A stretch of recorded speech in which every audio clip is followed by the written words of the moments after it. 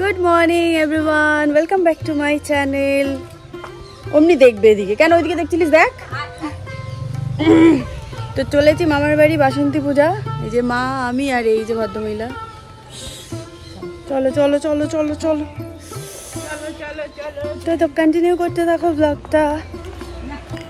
তো মা এই যে মিষ্টি কিনছে আর আমরা মামার বাড়ির দিকে রওনা দিয়েছি আর কি। আর প্রচণ্ডভাবে গরম পড়েছে আর মহারানী এখানে ঘুমিয়ে পড়েছে।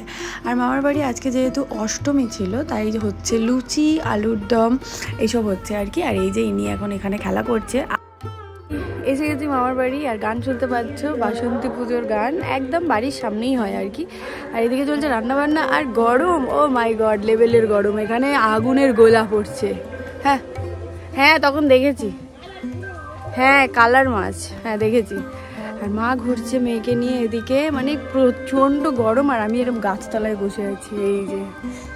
আর এই যে মামি ওখানে রান্না করছে, দেখতে পাবে না জানি, তাও বললাম। তো চলো ঠাকুর দেখাচ্ছি একটু পরে। আপাতত একে একে সব মাসির মেয়েরা চলে এসছে। আর এই যে প্রিয়াঙ্কা, এটাও আমার মাসির মেয়ে। তো যাই হোক, এখন কিন্তু আমরা মামার বাড়িতে নেই। মামার বাড়িতে এতটাই গরম যে মেয়ে কিছুতেই থাকছে না। তো রাস্তার মধ্যে ঘোরাঘুরি করা হচ্ছিল, হঠাৎ করে আরেকটা কাকিমা, কাকিমা কেন বলছি, আরেকটা মামি আর কি ডেকে বললো যে আমার এখানে বসো, একটুখানি হাওয়াটা আর কি ঠান্ডা। তো টেবিল ফ্যান চলছিল, তো মেয়েকে নিয়ে তাই ওখানেই বসে আছি। তো এই দেখো আবার মামার বাড়ি চলে এসেছি। আর ওর একটুখানি ঘুমও হয়ে গেছে। আর ও নিজেই ছোট, আর ও ছোটদের দেখলে কি আদর করতে চায় আর তাদেরকে কোলে নিতে চায়। ভাবা যায় এটাও একটা মাসির মেয়ে আর তার বাচ্চা, ওর বাচ্চাকেও কোলে নেবে, মানে অদ্ভুত ব্যাপার। ওই দেখো আদর করছে মুখটা নিয়ে গিয়ে, আর বারবার কোলে নেওয়ার চেষ্টা করছে। ওকে কে কোলে নেয় তার ঠিক নেই, ও আবার নেবে তাকে কোলে। আর না নিতে দিলে কিছুক্ষণ পর আবার কান্নাকাটি করবে। মানে হাস্যকর ব্যাপার এটা। ভাবছে এই একটা আমার সাইজের পেয়েছি। তো যাই হোক, আলটিমেট ও কোলে নিতে পারেনি, কিন্তু তার কোলে ও উঠে বসে আছে। কিন্তু সেটা বেশিক্ষণের না, এই যে উঠে দাঁড়িয়ে পড়েছে। তো ভীষণ গরমের মধ্যে সবাই নাজেহাল, আর ও খুব ধস্তাধস্তি করে অবস্থা ভীষণ খারাপ। আমি বিকালেই বাড়ি চলে এসেছি, কারণ ওর জ্বালায় ইম্পসিবল থাকা। আর তার থেকে বড় কথা, আমার নিজেরও খুব কষ্ট হচ্ছিল। তো প্রিয়াঙ্কাকে যেহেতু প্রথম থেকে দেখেছে, প্রিয়াঙ্কাকে চিনে গেছে, ওর কাছেই চলে যাবে। বিকাল বিকাল আমরা চলেছি ঠাকুর দেখতে, নাইটি পরে ঠাকুর দেখতে যাচ্ছি।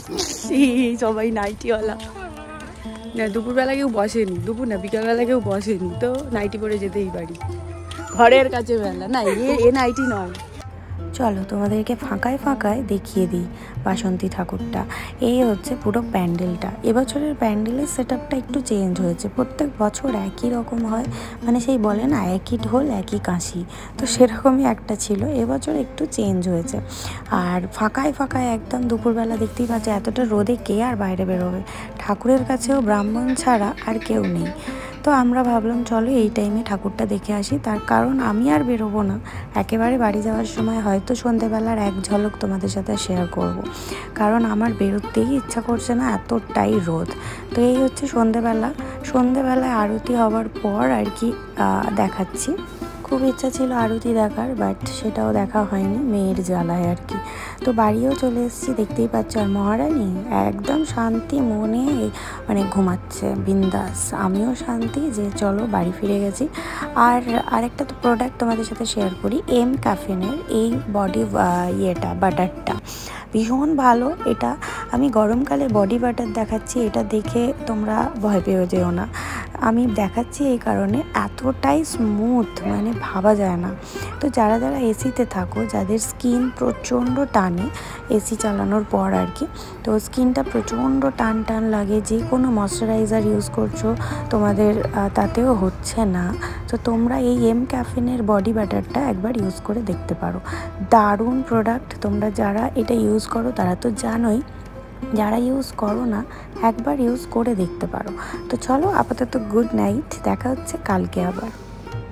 Good morning everyone. তো চলে এসেছি বাড়িতে কালকে, বুঝতেই পারছো সোজা আমি এখানে এসেছি। মামার বাড়ি দুদিন থাকবে, আমি ওই বাড়ি যাইনি। আর ওই বাড়ি যাওয়ার কথাও ছিল না, কারণ আমার মানে কালকেই ওখান থেকে বাড়ি আসার কথা ছিল, যেহেতু মামার বাড়ি নেমন্তন্ন ছিল বাসন্তী পুজোর। তাই মামার বাড়ির থেকে ডিরেক্ট এখানে চলে এসেছে। তো আপাতত সকাল থেকে একটুখানি কন্টিনিউ করি, কারণ বুঝতেই পারছো আমি তো ব্লগ ঠিকঠাক করিও না, ভেবেছিলাম ব্লগ করবো না, তারপর ভাবলাম কেমন নিজেরও একটা খুঁতখুত হয়, ভাবছি চলো যেটুকু করি চলো করি, অ্যাকচুয়াল ভালো লাগে তো তাই ঠিক আছে। তো চলো আপাতত আজকের দিনটা স্টার্ট করছি গুড মর্নিং বলে। তো তোমরা দেখতে থাকো কী কী করতে থাকি। তো আপাতত টাটা। এই যে কাকার সাথে মজা করছে, ও ওটা খাবে, ওটা তো বড়দের খাবার, ওটা তো ওকে দেওয়া যাবে না, বাট ও ওটাই খাবে। আর সানু সব সময়, ওর নাম সানু, তো সানু সব সময় কী করে, ও যেই এরকম উঁচু হওয়ার চেষ্টা করে আর পুতুলটা নিয়ে ওর পেটের মধ্যে ঢুকিয়ে দেয়। আর ও বুঝতেও পারে না যে কী করবে, ও শুতেও পারে না, উঠতেও পারে না, আর কী করবে বুঝতে পারে না, লাস্টে এরমভাবে ধস করে পড়ে দেয়। তো যাই হোক, একটা গিফট তোমাদেরকে দেখাবো আজকে, ওই গিফটটা এখনও পর্যন্ত খোলা হয়নি। তো আজকে ভাবলাম চলো, দু রকমের ঘোড়া হয়, অ্যাকচুয়াল ভুল হয়েছিল আমার ভাবা। আমি ভেবেছিলাম একটা ঘোড়া হয় না, যারা বাচ্চারা একটু বড় হয় তারা জাস্ট নিজে থেকেই উঠে এরকম নড়তে পারে, আমি এর মুন্ডু দুটো দেখে ভেবেছিলাম ওরকম। তারপর হঠাৎ করে মাথায় এলো না না, আরেকটাও ঘোড়া হয়, যারা বসতে পারে না ঠিকঠাকভাবে তারা, মানে সেই বাচ্চাদের জন্য। তো তারপর খুলে দেখলাম হ্যাঁ সত্যিই তো এটা অন্যরকম। তো যাই হোক, এরা সবাই মিলে সেট করতে বসেছে, আর আমার মেয়ে দেখো চুপটি করে দেখে যাচ্ছে যে এটা আবার কি জিনিস, এটা আবার কি অস্ত্র, যে এই অস্ত্রটা আমার সাথেই প্রয়োগ হবে নিশ্চয়ই। তো যাই হোক, কালারফুল বলে ভালো করে দেখেই যাচ্ছে, আর এগুলো এরা টাইট করছে, আর ও নিজে নিজে ভাবছে কখন এটা আমি পাবো হাতে। তাই ওকে একটু দূরে সরিয়ে রেখেছি, কারণ সব সময় ওগুলোকে নিতে চাইছে আর ওদেরকে কাজ করতেই দিচ্ছে না। তো আমি তো সেট আপ করার একদম মাস্টার ছিলাম, তাই আমার দ্বারা হলো না, ওরাই করছে।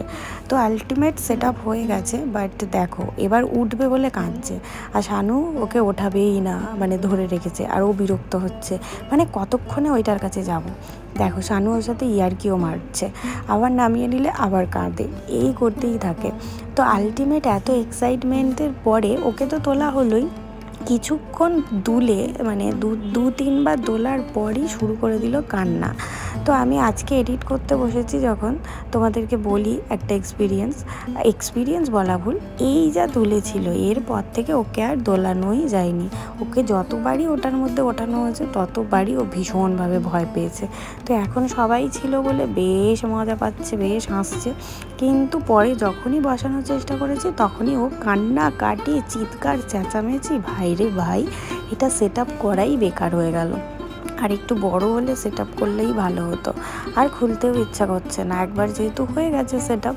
তো চলো থাক, যখন ওর মনে হবে তখন একটু করে বসিয়ে দেখবো, যদি ওর ভয়টা কাটে আর কি।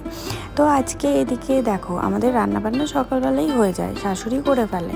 আজকে রান্নাবান্না তো হয়ে গেছে, হঠাৎ করে এর মাথায় এসছে যে তরমুজের শরবত করব। মাথায় আসা যেমন তেমন কাজ শুরু।